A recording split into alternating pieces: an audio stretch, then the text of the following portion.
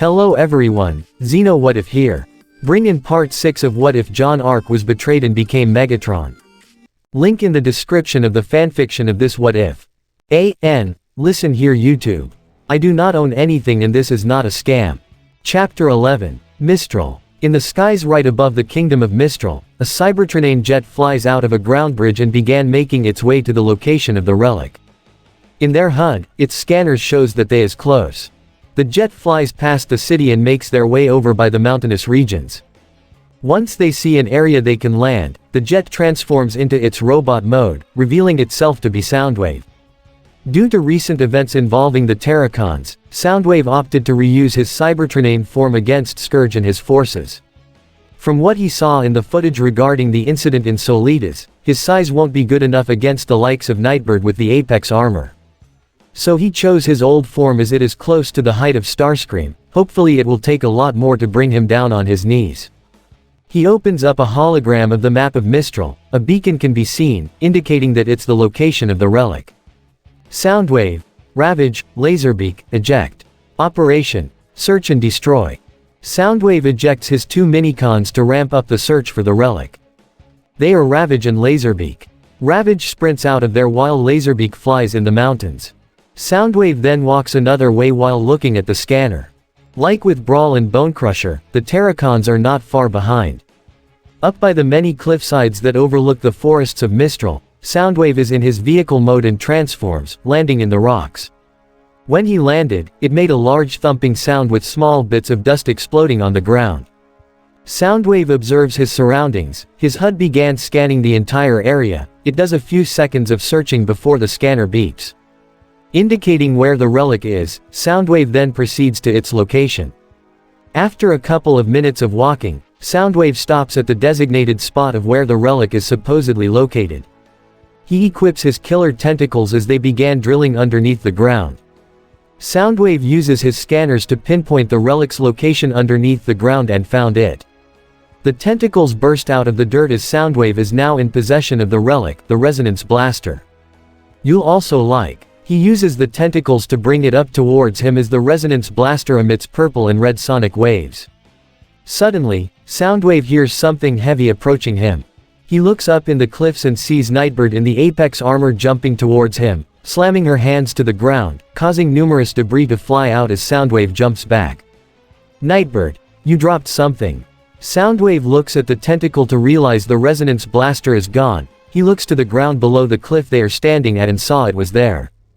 He looks back at Nightbird, who appears to be getting into a stance using the Apex armor. Soundwave equips his Sound Blaster on his left arm and the Sonic Cannon on his right. Nightbird, this should be fun. I hope you can put up a fight compared to those Seekers. Soundwave, superior. Nightbird, inferior.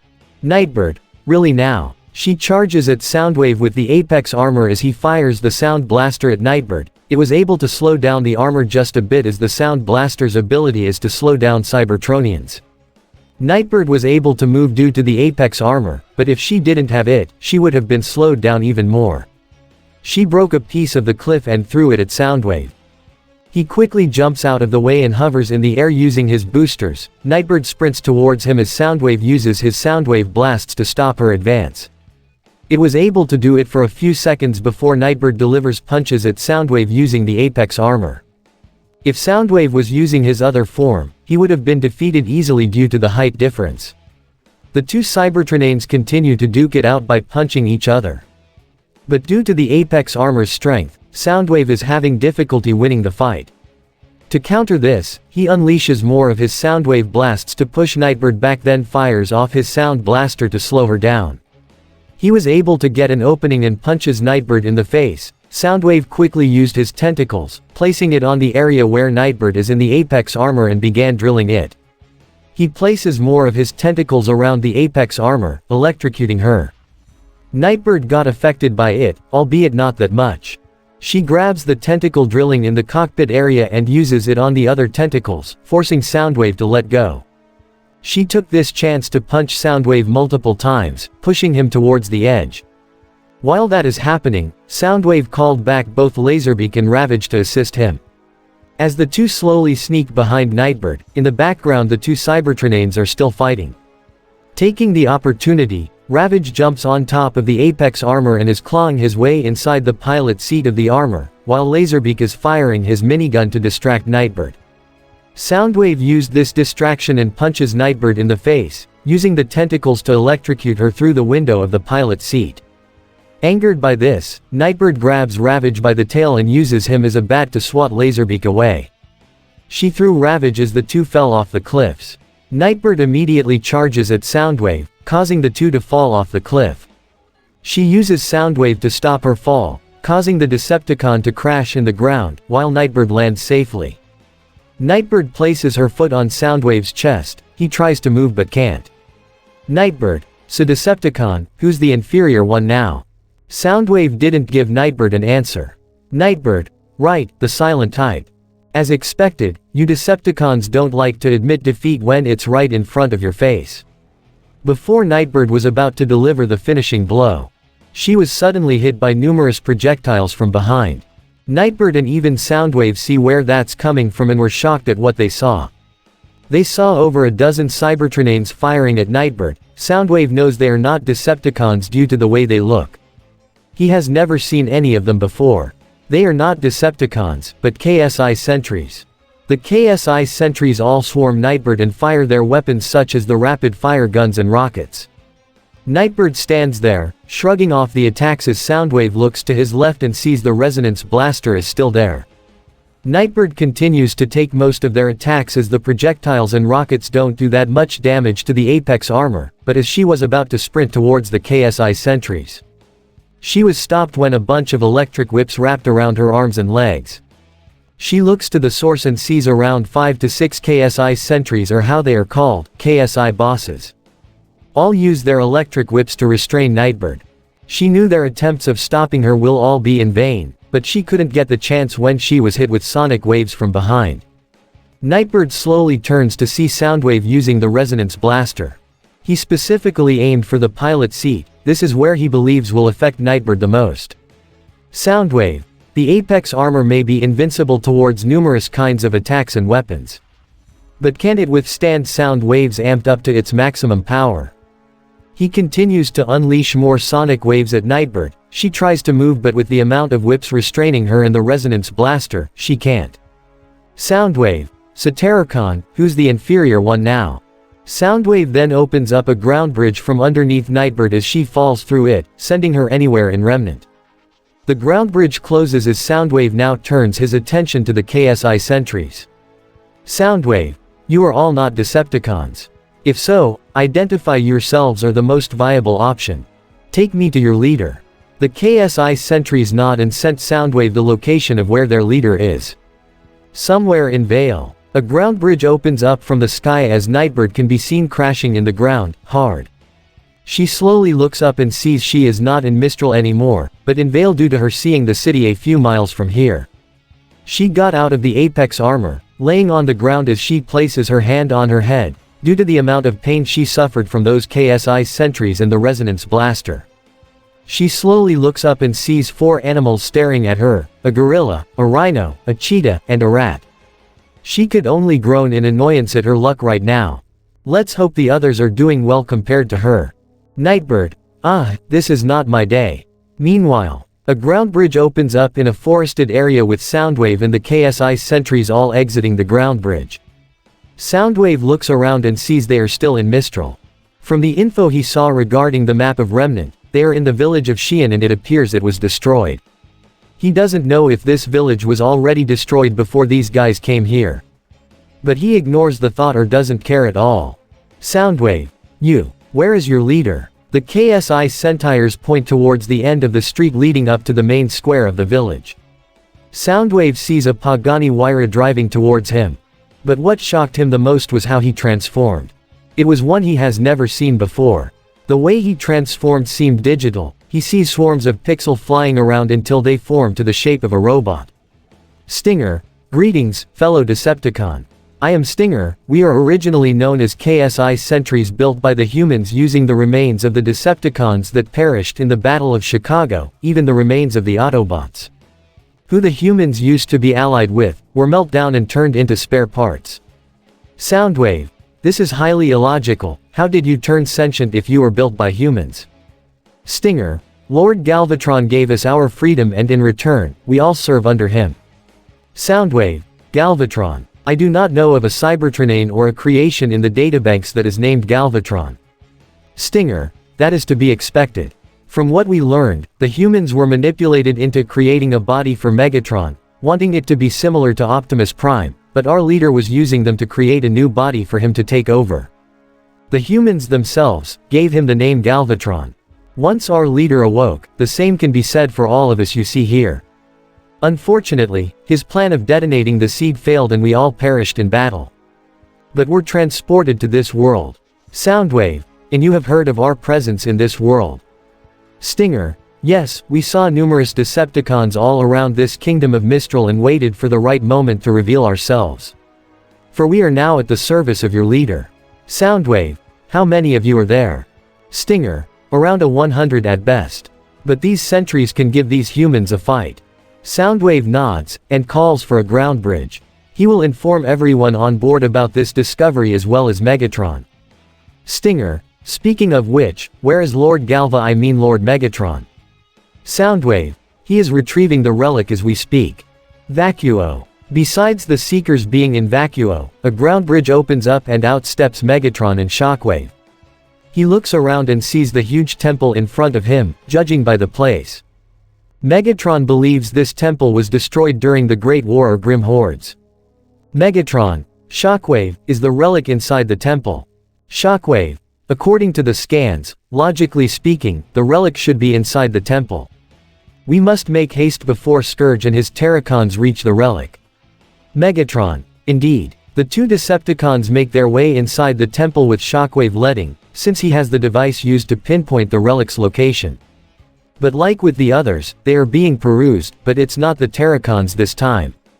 No, it's the Arc clan and it's John's former grandmother, Alcee, who went out on a mission with a group of huntsmen to investigate an area in Vacuo related to the Arc clan, and she just happened to stumble upon the Decepticons. Inside the temple, Shockwave continues heading to the location of the relic, with Megatron following close behind. He took a glance at their leader and remembers the conversation he had with Soundwave prior to the ground bridge. Flashback. In the storage room of the Nemesis, where the Decepticons keep their supply of Energon. Soundwave and Shockwave are here to discuss matters involving Megatron or who he was before, Jaune Arc. They are joined by Barricade and Blackout. Blackout. So you are confronting Lord Megatron about his past life as Jaune Arc. Shockwave. Yes, we are. Barricade. I say it's a bad idea. Knowing Lord Megatron, he will blast you the minute you bring up the name Jaune Arc. Shockwave. By my calculations I am 65% certain that Lord Megatron would do that, but I believe if we put in other factors of this change, he will have to relent. He knows the Decepticons would find out about this eventually. Blackout. More so Starscream. Soundwave. Affirmative. Blackout. When will you confront Lord Megatron about this? Shockwave. Once we are transported to the relic, as you know he assigned me to accompany him to the search. This will give us a chance to know the truth. I am willing to accept the consequences of this action, but Lord Megatron knows it is not wise for him to eliminate one of his key lieutenants. It will be a waste of resources. Barricade. Well, maybe expect Starscream if he's up to his antics again. Blackout. But is he though? They all look to Soundwave, who is known to always be on surveillance, and he doesn't say anything. Shockwave. Enough of that, like I said seconds ago. I will confront Lord Megatron about this, and once he concedes, he will inform the rest of the Decepticons about this, but I will assure him that it will only be a certain number of selected individuals. Barricade. I will work on that list. There's a few here I don't trust keeping this in closed doors. Shockwave. Understood. By my calculations this conversation may go 35% smoothly. Soundwave. Affirmative. Blackout. Did he really had to say it in a more scientific way? Soundwave. Affirmative. Flashback ends. Shockwave will have to confront Megatron when the time is right. The two Decepticons continue their path until they reached an open area that leads to some kind of pathway. They look to see stairs leading up to a platform ahead. Shockwave sees Megatron looking closely at the object of interest. Megatron. Shockwave, do tell me this is the relic we search for. Shockwave. I'm afraid not, Lord Megatron. The scanner shows that this is not the relic we are searching for. The relic is still beneath this temple. I suggest we continue on our given path. Megatron. That won't be necessary. Shockwave watches as Megatron walks towards the pathway. He follows close behind. But Shockwave turns around, feeling like something or someone is watching them. He ignores it and catches up to Megatron. Megatron climbs up the steps and reaches the platform. From there, he sees the object of interest. It appears to be some kind of sword, with the design of the blade being similar to an axe, which is located in the top part. For some reason, the weapon felt very familiar to him. Almost like it's calling to him. Shockwave. Lord Megatron. Megatron ignores Shockwave's calls as he approaches the sword, which is imbued in the platform. As he gets closer, a new set of memories began flooding inside his mind, memories of another timeline. One where he was reborn or rebuilt into Galvatron. He was supposed to serve as a consumer product to the humans. To be sold to the highest bidder in the military due to the technology they acquired from the remnants of Decepticons and even Autobots. Foolish of them to kill the Autobots, the very people that saved their world, thrice. The humans or the governments were foolish to rid of them and create Meyer Galvatron's army. He also saw memories of him serving under Quintessa, who gave Megatron a new body. He was sent to Earth to retrieve the Staff of Power and will use it to destroy all of Earth. But ultimately, that plan, like many others, failed due to the hands of the humans and the Autobots. But this time he will achieve victory on the planet of Remnant. This time, there will be no one that can stop him, not the humans, not even Quintessa, not Unicron, not the Autobots, and certainly not those he called friends. He immediately grabs the sword. Once that happens, the parts around his body start to form up into a different shape. Shockwave could only watch as Megatron's entire body forms into a new form. From what he can gather, Megatron's new appearance now resembles to that of a Dark Knight. Megatron, now in his new body, looks at his new weapon, which is an axe sword. He then looks at his fusion cannon, which forms up in his right arm. From there, he releases a swarm of flames from his cannon as they engulf the entire room. Shockwave looks around in shock and then turns back towards his leader. Megatron. Let us make haste, Shockwave. I fear the Terracons are not far behind. Time skip. The two Decepticons continue to move further into the temple. Shockwave stated that the relic is close. But as they continue walking, Shockwave stops. I believe it's time to ask the question all of the Decepticons want to know. Shockwave. Lord Megatron, I apologize for this. But I need to ask you a question regarding the future involving the Decepticons. Megatron. And do tell, Shockwave. What kind of question do you wish to ask of me?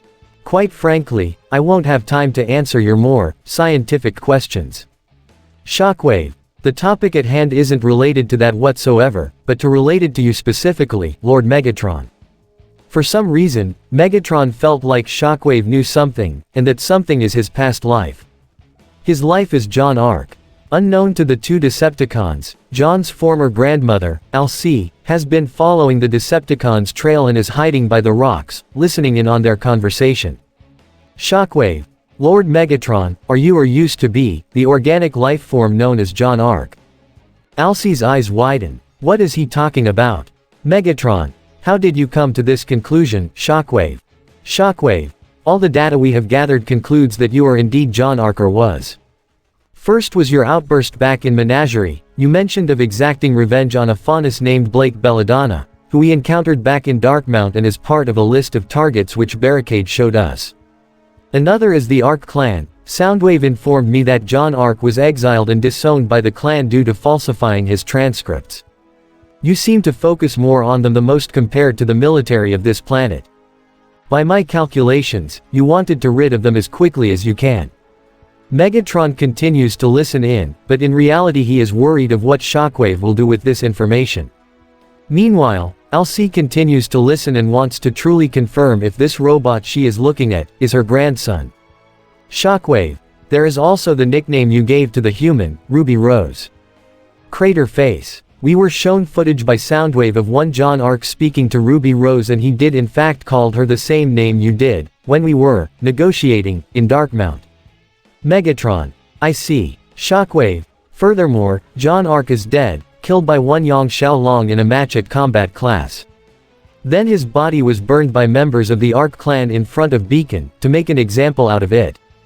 All this evidence we have gathered in the span of a week, pinpoints one thing. That you, my liege, was once the human named Jaune Arc, and reborn as our leader, Megatron. Megatron. Who knows about this? Shockwave. So far, I, Soundwave, Barricade, Create a Bot, Brawl, Bonecrusher, and Blackout. Megatron. I see. Very well then, I will tell you the truth, Shockwave. Since you are one of my most trusted allies. I am indeed the man named Jaune Arc, or was. I do not understand what entity or being brought us here. But there was one thing that made it very clear to me, that whoever did this wants me to destroy the planet which betrayed me and possibly call this place our new home. Shockwave. That is logical, given all of us were brought back from the dead and the amount of resources we were given is something I couldn't calculate at first. Megatron. Indeed. With this, my old memories of my past life returned. Memories I thought I have forgotten and buried, but it returning brought the hate and anger I felt for eons. Now it's time I lay down judgment and death towards those that wronged me. I believe the Decepticons are willing to stand by me even if they learned of this truth. Shockwave. They will, Lord Megatron. After all, you are not Jaune Arc, but Megatron, leader of the Decepticons. The only people I believe that will disagree with this new revelation is Starscream. Megatron. Indeed, it doesn't surprise me at all. But I do know some of the Decepticons will be hesitant to serve under me because I used to be a human before. Shockwave. It will not be a problem, Lord Megatron. They are loyal to you and only you. They will understand and will join you in destroying this planet and the Arcs. Megatron looks to Shockwave and listened to what he said. Looks like there won't be a rebellion amongst the Decepticons, well maybe Starscream, but still. All that he can give was an evil smirk, now that he knows the Decepticons will be all for destroying the Arc clan entirely. But besides the truth being told, we know LC heard everything and is shocked by what she has just learned. Jaune is alive and has been reborn into the monster that's causing death and destruction all over Remnant, and it was because of them that this happened. All because of their clan. She knew the clan never supported Jaune in his dream, not even his own father, mother, and sisters, except Saffron. Then once his transcripts were revealed, they threw him away, like all those moments of being family meant nothing to them. She even felt disgusted how the elders and Kronos disrespected Jaune's corpse, kicking it, stabbing it, and even spitting on it. She heard all the insults being said to Jaune's body and felt absolutely sick of it. She and Liam would have done something, but the elders threatened that if they interfere, they will be exiled and removed from the family. What made matters worse was the elders will send Kronos to kill them if they try anything or essentially ruin their lives. At this point, LC is debating if she will allow Megatron, to kill all of the Arc clan, especially the elders. She slowly made her way out of there, while the two are still talking. But quickly hid when Megatron and Shockwave aimed their cannons at the entrance of the hall. They hear the sound of loud footsteps heading their way. The two Decepticons aim their cannons as the figure comes into a view. From what they can tell, the figure is quite large, only a few inches taller than Shockwave, who is around 35 feet, and Megatron in his new body is around 30. They watch as the figure walks up to them and stares at the two Decepticons. Seeing this Cybertronian, Megatron recognizes him from the memories of that timeline. Shockwave. Who are you? Identity yourself. Megatron places his hand on Shockwave's arm cannon and lowers it. Megatron. Calm yourself, Shockwave. These are our allies. They are known as the Infernocans and they form into this combiner known as Infernicus. The two watches Infernicus transforms back into 6 different Cybertronians, but their designs are exactly the same from one another. Megatron and Shockwave watch as the Infernocans all bowed down before him.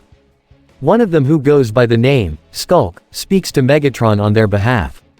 Skulk. Lord Megatron, we are at your service. It seems you faced a similar fate as us. We have perished on that accursed planet and ended up here. Megatron. Indeed, I believe it's only you 6 in this temple and no one else. Skulk. Yes, Lord Megatron. Although, we did encounter the lifeforms of this planet. But they have been disposed of accordingly. Megatron. Very well, and are all of you loyal to me and me only? Skulk. due to the events that have transpired. As of today, we are your loyal servants, command us and we shall do your bidding. Megatron, if you are willing to do anything under my command, then you would know where the relic is in this temple. Skulk. Yes, Lord Megatron. We know of the relic you speak of and will lead you to it. Megatron. Good. The Infernocans transform back into Infernicus and led Megatron and Shockwave to the location of the relic. Alcee on the other hand, took this chance and slips away from the area. Time skip. Infernicus leads the two Decepticons to a large room with a tomb in the middle. Megatron and Shockwave both see it as Infernicus points at the tomb, indicating the relic is inside. Megatron with no hesitation, jumped towards the platform and made his way to the tomb. Shockwave and Infernicus are not far behind. From there, Megatron sees that the tomb is quite large, larger than anything in this temple. He immediately removes the cover and saw the relic before his very eyes. An enormous amount of energy is flowing through it. Megatron smiles evilly at the thought of using this weapon against his enemies. He picks up the weapon, which is now revealed to be a sword with the blade being very jagged and emitting a bright purple color. Megatron holds the handle of the sword as it's powering up with purple mist all around. He does not know whatever power is allowing him to wield it. But it does not matter. He swings the sword around with the blade having an afterimage effect every time he delivers a swing.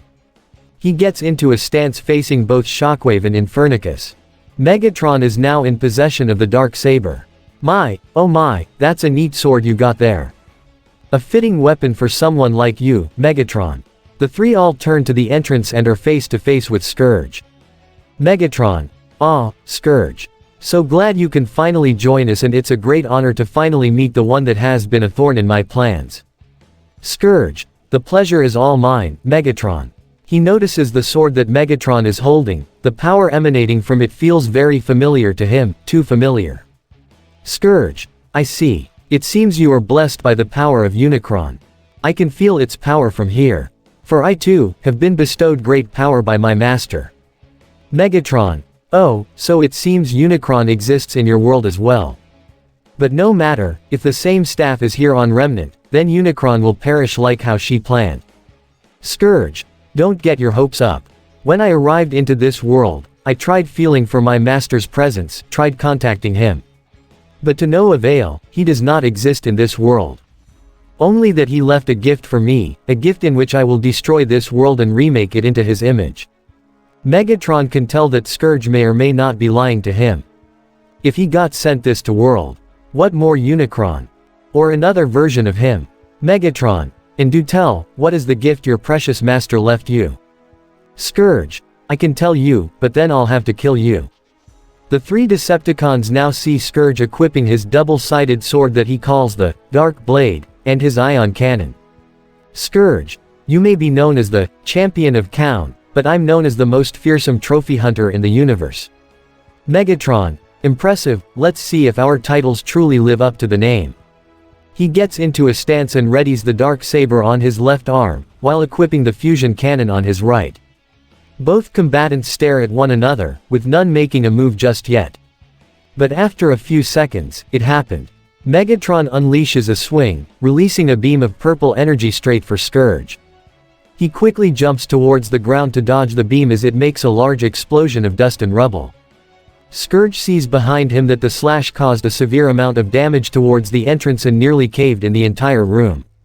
Scourge. Guess that sword isn't for show after all. Seeing the situation, Scourge knows he is in a bit of a disadvantage due to the relic and the height difference between the two. But he has faced far powerful opponents before and won. The emblems he welded in his shoulder, says it all. Now he has a new one to add in his collection.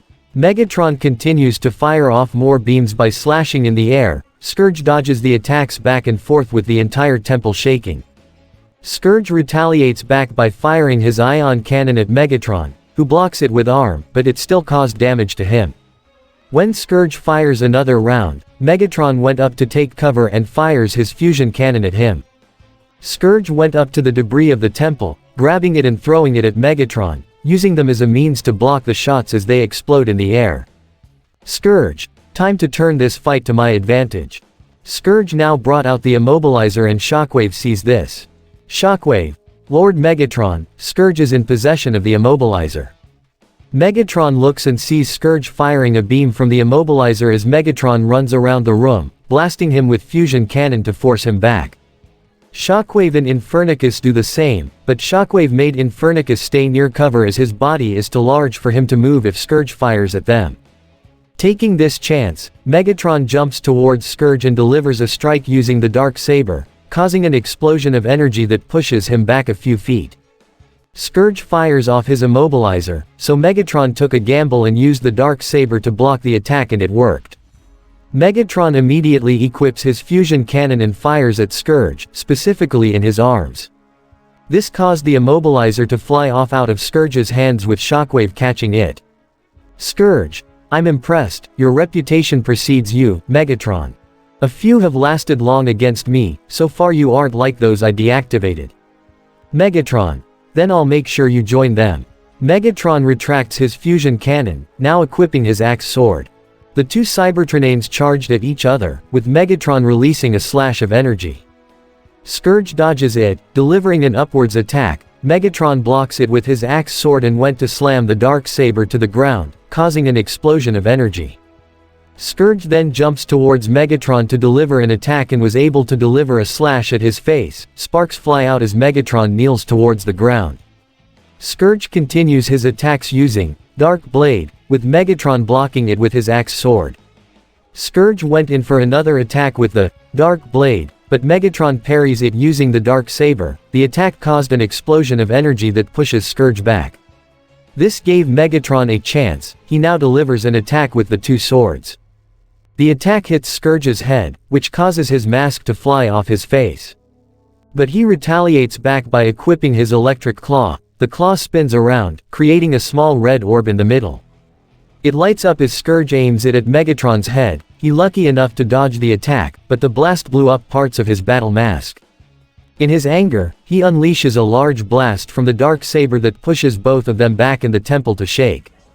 Megatron went up to his face to see only a few parts were damaged, with only the mask being broken into pieces. He looks to Scourge and sees his face without the mask.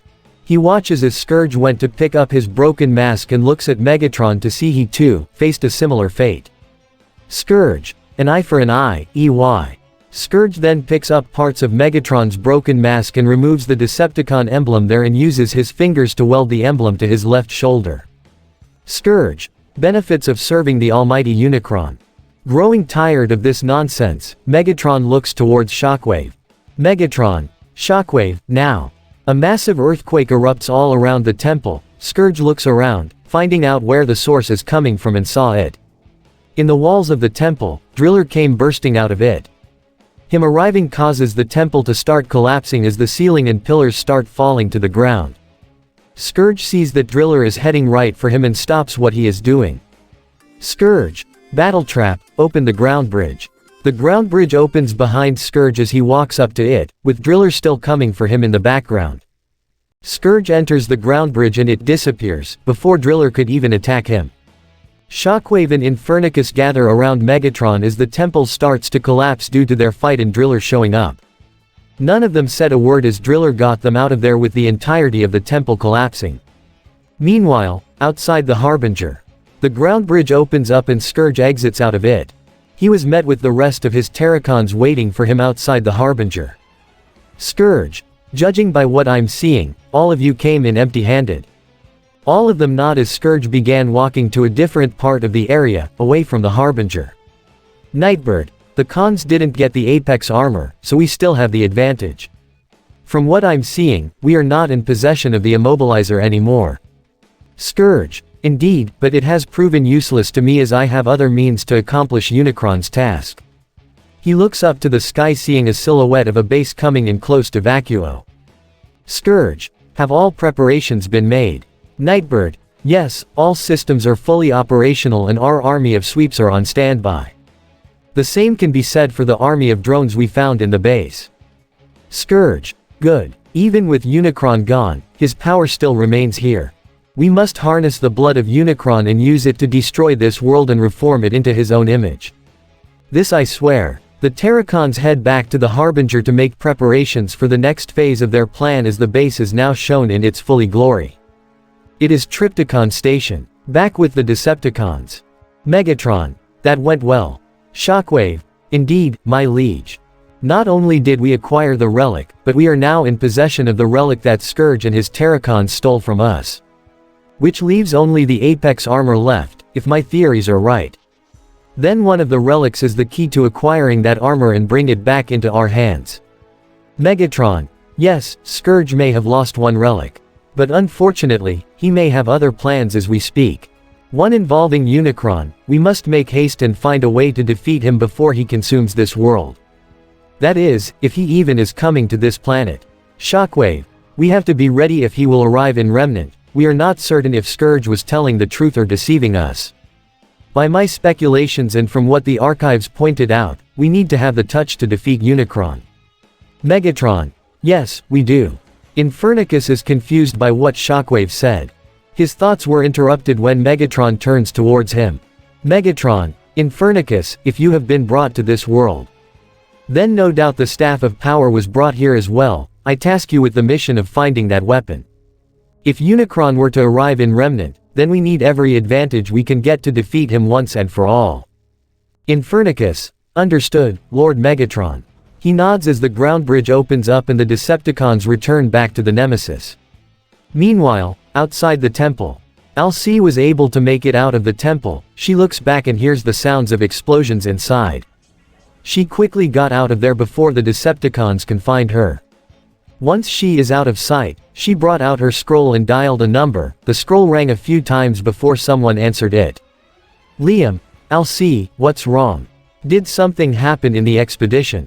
Were you able to find what the clan is looking for? Alcee. No, Liam. But I learned something far worse and I'm afraid you aren't ready to hear it. Liam. Alcee, what happened? Alcee. Liam, it's about John, he's alive. Chapter 12. It's been a day after the Decepticons' hunt for the relics. This all happened in a span of an entire day. Yes, that includes Starscream's forces defending the off-site laboratory from the Arc Clan. Speaking of the Arc Clan, in the many compounds of the Arc Clan are one of the few now. This was because of the Decepticons destroying all of their compounds, leaving nothing for them to salvage. Inside the houses, Liam is waiting for Alcee to arrive as he couldn't fathom on what he heard hours ago. Jaune Arc is alive and is the leader of the faction they learned is called the Decepticons. He didn't know what to think about hearing that. How is it possible? He saw his own grandson. He still considers John his grandson despite the elders and especially Nicholas exiling and disowning him, kill him in front of his eyes. John always wanted to be a hero, to honor his ancestors, and yet his own family threw his dreams away, because they didn't believe in him. Liam clenches his fist remembering that very day. The day he saw the clan as nothing more than vile, cruel, and downright evil people. They are not heroes in his eyes, just people who are corrupted by power. Alcee. Liam. His thoughts were interrupted when Liam saw Alcee enter the room. He rushes up to her for answers, to know if what she said is true. Liam. Alcee, please tell me it isn't true. Please, John would never turn out to be like that thing. The very same one leading the destruction of Remnant. Alcee. I'm sorry, Liam. But I saw and heard everything. That machine, the one they call Megatron, was once our grandson, John. Because of our actions, because we weren't there to help him, support him, he was turned into a monster. Now he's here to exact his revenge and he's not going to stop. He won't, and there's nothing we can do about it. Liam. But why? Why did this happen to someone like him? John didn't deserve this, he didn't deserve any of this. The clan only cared about their own reputation, they are willing to dispose anyone that will make them look weak. Alcee, is this truly the clan we tried to build? Because at this point, all our ancestors, those who built this foundation, will be disappointed in us. Alcee, sadly, yes. Those who are in Kronos have gotten greedy and lustful for power.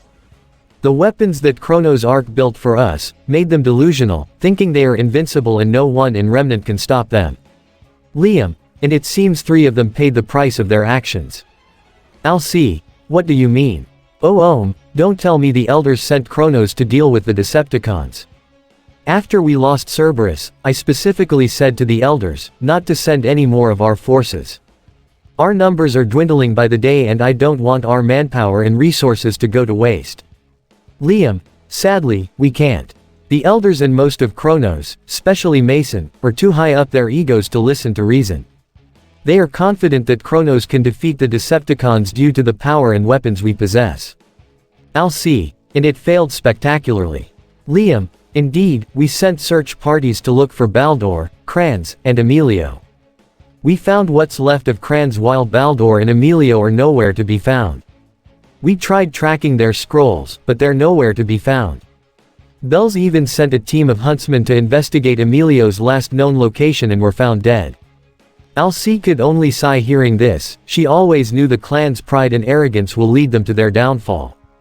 It seems this time, it will. Alcee, quite frankly, I want the Decepticons to destroy the Arc clan. What all our ancestors built was thrown down the drain. We hid so many dirty secrets that nobody in Remnant knows of. If this goes out, then the Arc clan is finished. Even with the influence that we have gathered over the years, won't help us in this situation. You'll also like. Liam, indeed, I have witnessed all the atrocities the clan has committed to so many innocent people. The reason they killed them was denying the clan's proposals or how they call it, will. They don't take no for answer. Alcee, yup, a bunch of arrogant assholes that deserve a punch in the face. Tell me, Liam, do you have the same thoughts as me? When I said I want to see the Decepticons tear the clan apart, specifically the elders. Liam, at first, I would disagree with your statement and be downright furious you said such a thing about our family. But after what they did to John, someone of our own blood whose corpse they disrespected because he made us look weak, when in reality he wanted to do something for the greater good. Alcee, and it doesn't matter in the end. We wanted to help John, but the elders forced our hand.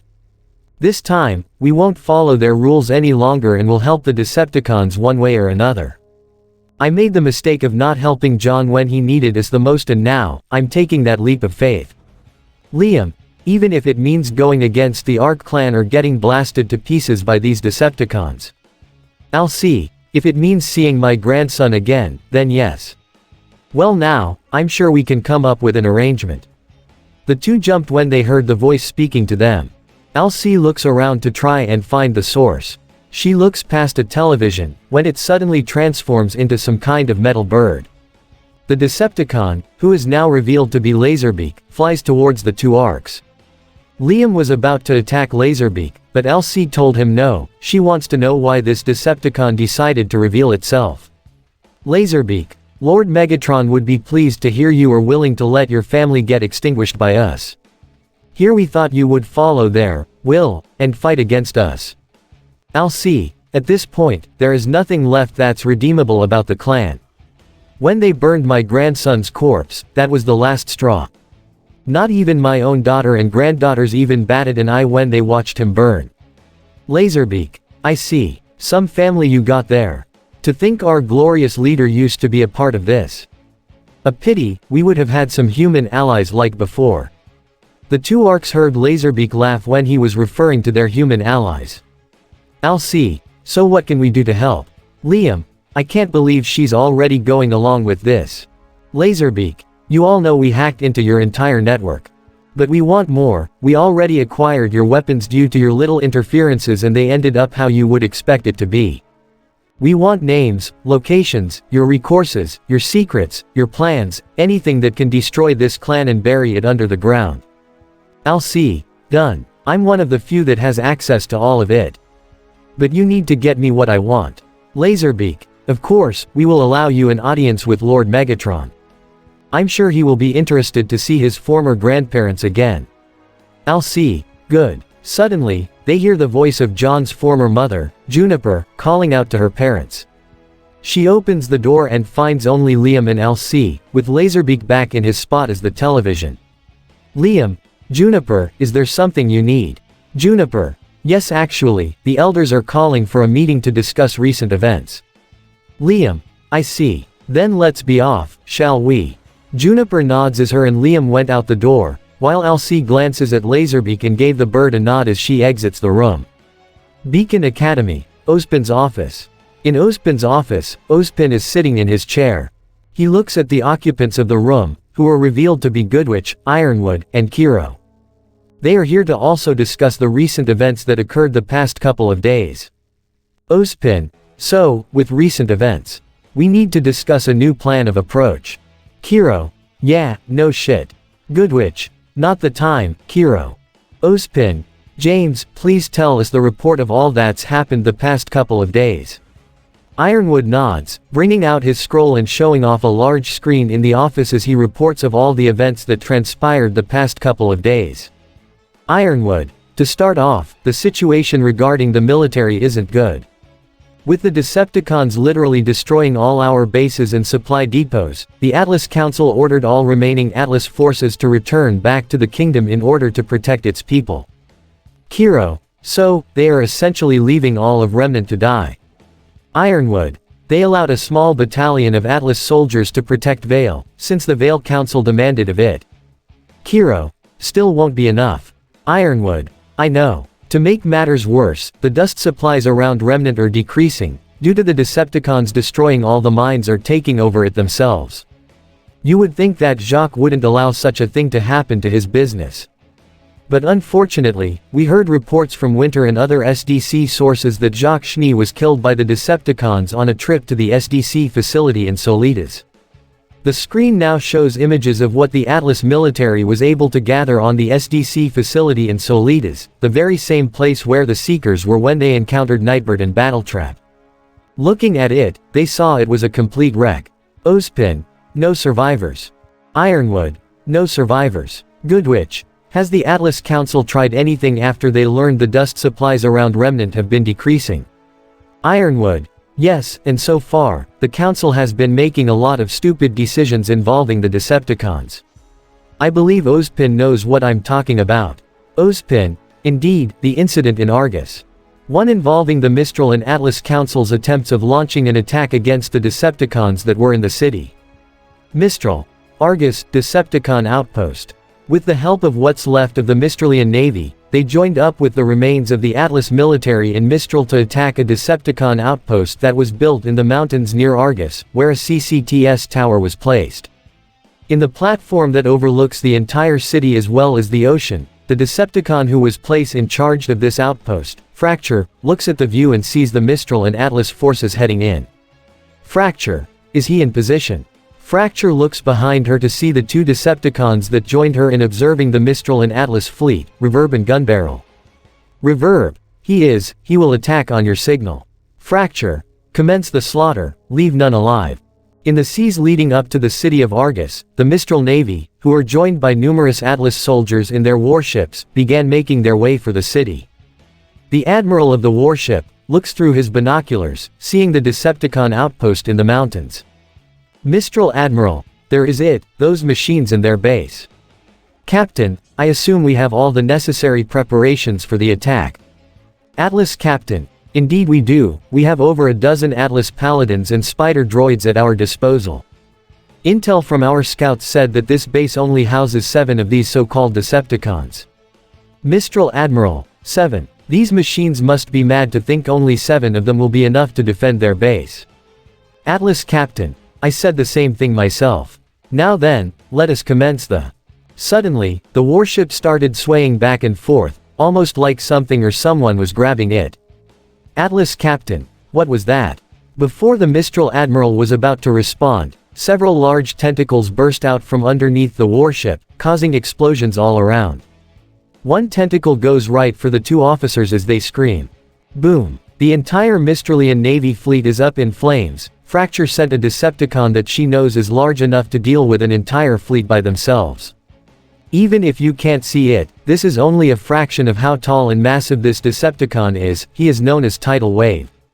Tidal Wave can be seen stabbing through the Mistral warships using its claws and stingers, even going as far as ripping the entire warship apart. Atlas bullheads try to take him down, but Tidal Wave fires off projectiles from his cannons and blows the bullheads out of the sky.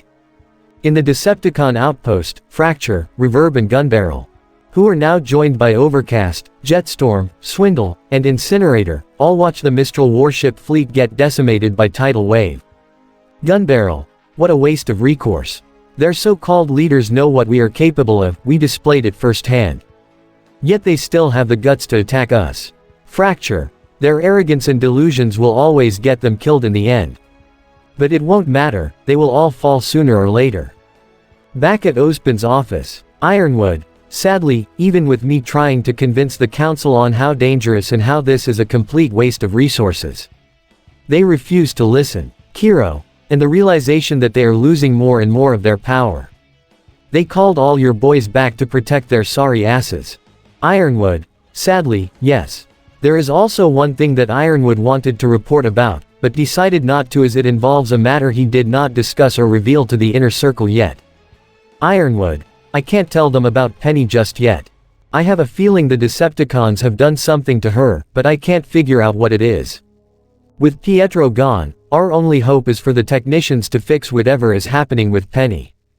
Let's hope we're not too late. Flashback. Beacon Academy. In the courtyard of Beacon Academy, Penny was allowed to walk freely around the halls of Beacon, but not allowed to leave the academy without an escort. She continues to stroll around the courtyard as the students are in class right now.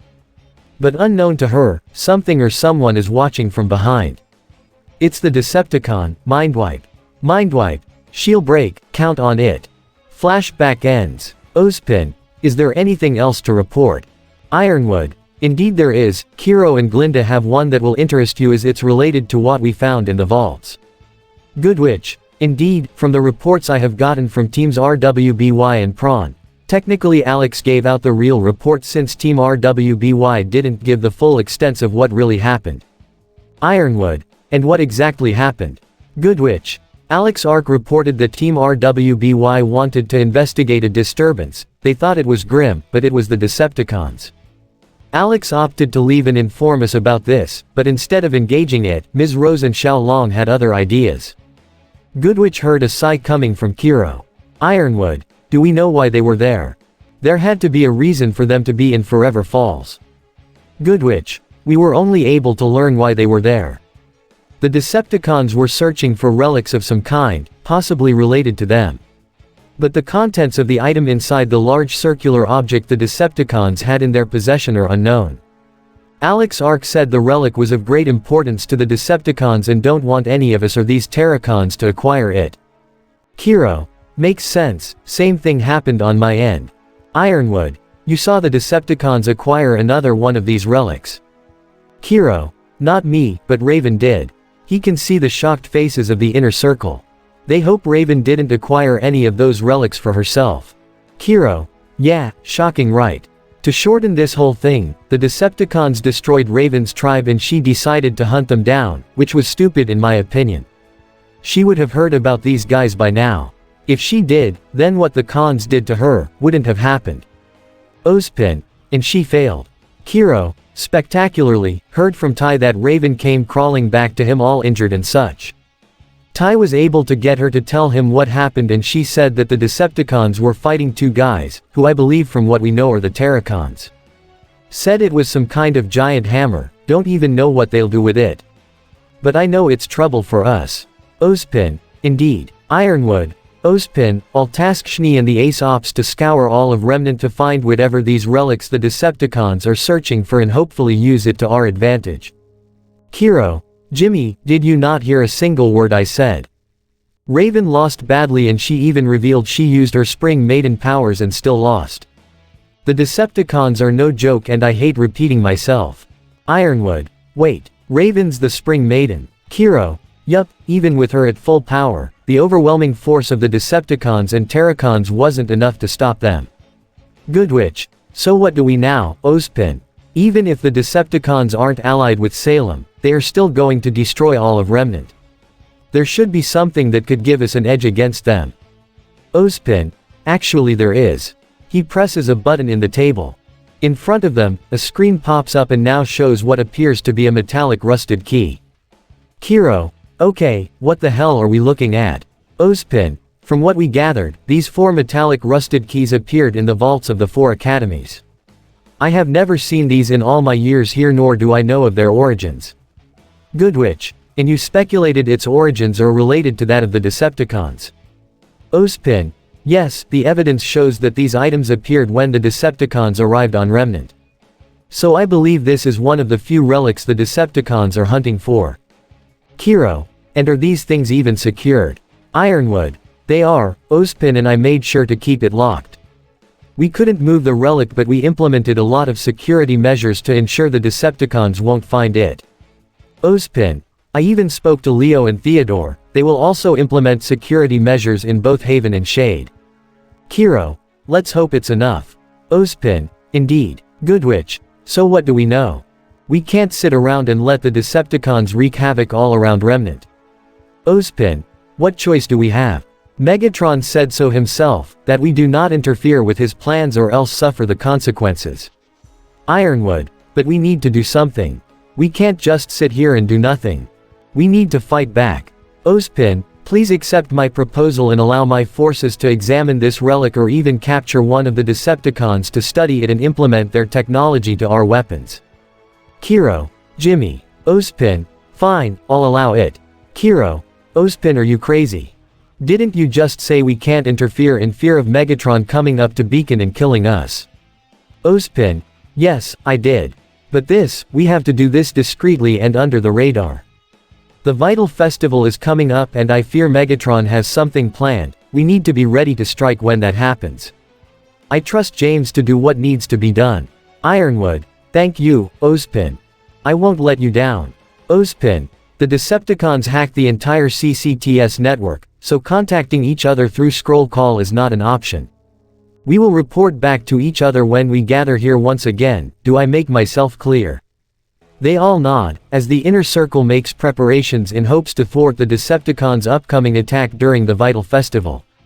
Vale. Docks. Inside the warehouse, a ground bridge opens up as Shatter exits out of it alongside a team of KSI sentries. They were given the rundown of the situation and were all sent to support the Decepticons in Vale and Mantle, as the two cities are a perfect terrain for them. Shatter was given command of 50 KSI sentries, while Stinger was put in charge of the remaining ones that will head for Mantle.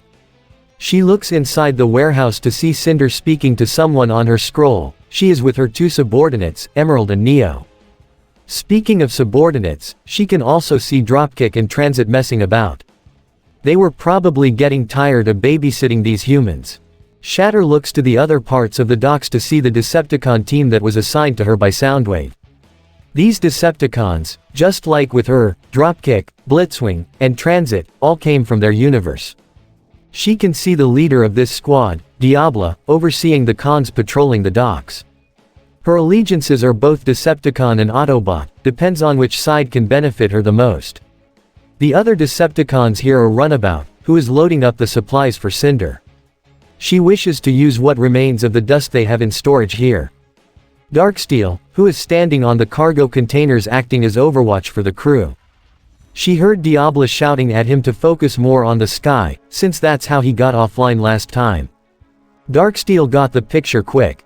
Then there's Dead End, who is sitting by the cargo containers, looking bored out of his mind. Shatter, they're here. Ah yes, let us not forget the other member of Diablo's team, Wild Rider.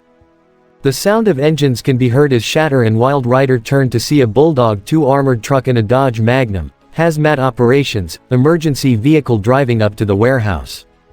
The two vehicles transform into their robot mode and walked over to Shatter. The two Decepticons are Payload and Crankcase. Yes, he also has the same name as one of the other three Dreads. Shatter. Report. Have the pillars been set in place? Payload. Yes they have. We have squads of Decepticon drones protecting them until this Vital Festival starts. I heard from Soundwave that we are getting a new batch of reinforcements. Shatter. Indeed we are. Apparently they are robots from another timeline, built by the humans using the remains of our fallen brethren. But in their timeline, Lord Megatron or Galvatron had a plan and essentially awakened them from the chains that bind them. They serve him and our cause to a fault. Crankcase. That's good to hear. Payload. Hey, heads up. Our little human contact is approaching us. The Decepticons look behind them to see Cinder approaching. Shatter. Cinder, what did your contact say? Will this Leonardo Lionheart put up his end of the bargain? Cinder. Yes he will. Ozpin already informed him about the 4 relics hidden underneath the vault. Lionheart already placed the necessary security measures to keep it safe. I merely told him my contacts in Vale will meet up with him to retrieve said relic. Failure to do so will lead to his death. Dropkick. And do expect someone like him, who has a high position in power, won't rat us out to the big man up in that tower. Cinder. Trust me, he won't betray us. Lionheart joined Salem because he is a coward, because he wanted to live, and because he believes there is no other way to kill her. Cinder could hear a scoff coming from the Decepticons. Shatter glances at them to be quiet. Shatter. I see. Well done on your part, Cinder. I will send a team to head for Haven once Lord Megatron has given out the order. In return, we'll help you with Cinder. They all turned to the voice and were shocked at what they saw. Cinder and her crew were the only ones who were shocked, the Decepticons, not so much. It was Adam Taurus, alive but not in a better state. He is bruised up and bloodied everywhere, his clothes have been torn and his mask has been removed, where you can see the branding on his left eye. But it did not matter due to the amount of burns he has received and most importantly, him losing his entire right arm. Dropkick. Oh look, the bull is still alive. Payload. And here I thought our boys got rid of all those animals back in the mountains. Wild Rider. Indeed, even if there were survivors. The Constructicons would have taken them out. Adam. Cinder. How dare you work with the very people that killed my people? Cinder. They have proven to be useful, compared to the likes of you and your White Fang, Adam. The Decepticons have been graciously helpful when it comes to my plans. Even going as far as spreading the kind of fear that you and your White Fang have been trying to do for months, but are failing so miserably. Adam could be heard growling at the statement. Wild Rider. And judging by your appearance, you are gravely injured and clearly missing an arm.